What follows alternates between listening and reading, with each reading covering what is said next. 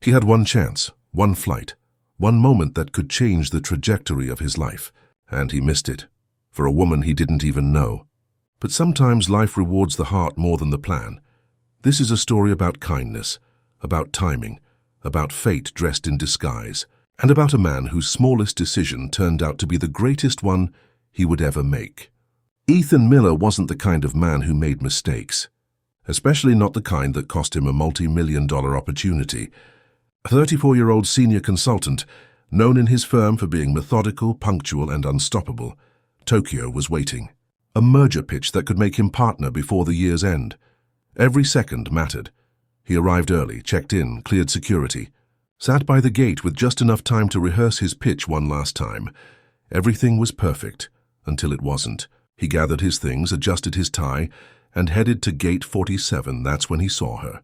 An elderly woman stooped low by the edge of a bench. She looked out of place, trembling as her purse spilled open. Medication bottles clattered to the floor, rolling in different directions. Passengers hurried past her, eyes glued to their phones, minds fixed on their destinations. No one stopped. Ethan froze. For a split second, he hesitated. It's strange how quickly our entire life can pivot on a single decision. Gate 47 was just ahead.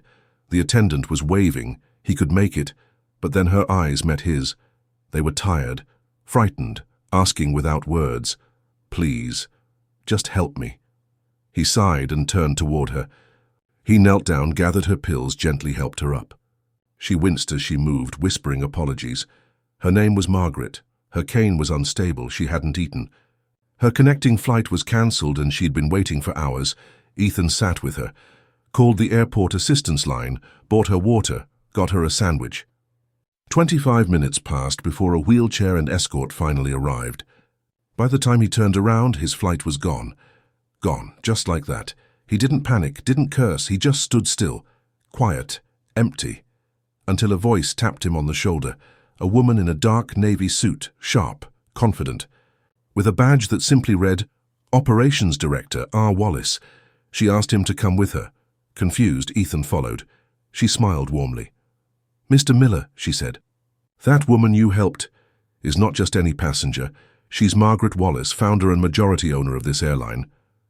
Ethan blinked, stunned. The director leaned in. "We were watching. She often travels alone to observe staff and passengers anonymously. Today she observed you, and she asked me to personally offer you our corporate jet. You'll arrive in Tokyo before your original flight even lands." Ethan was speechless. "Also," she added, "she'd like to meet you for lunch next week, to talk about something more permanent. She says someone like you doesn't belong in the middle of a merger.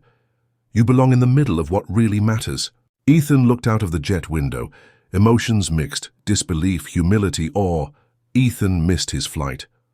But what he didn't miss was the moment that truly defined him. He helped someone the world chose to ignore. He chose empathy over ambition.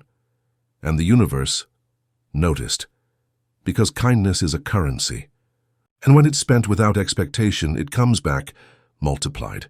So next time you're in a rush, look around. You never know who's watching. And you never know which moment might be the one that changes everything. Kindness is never wasted.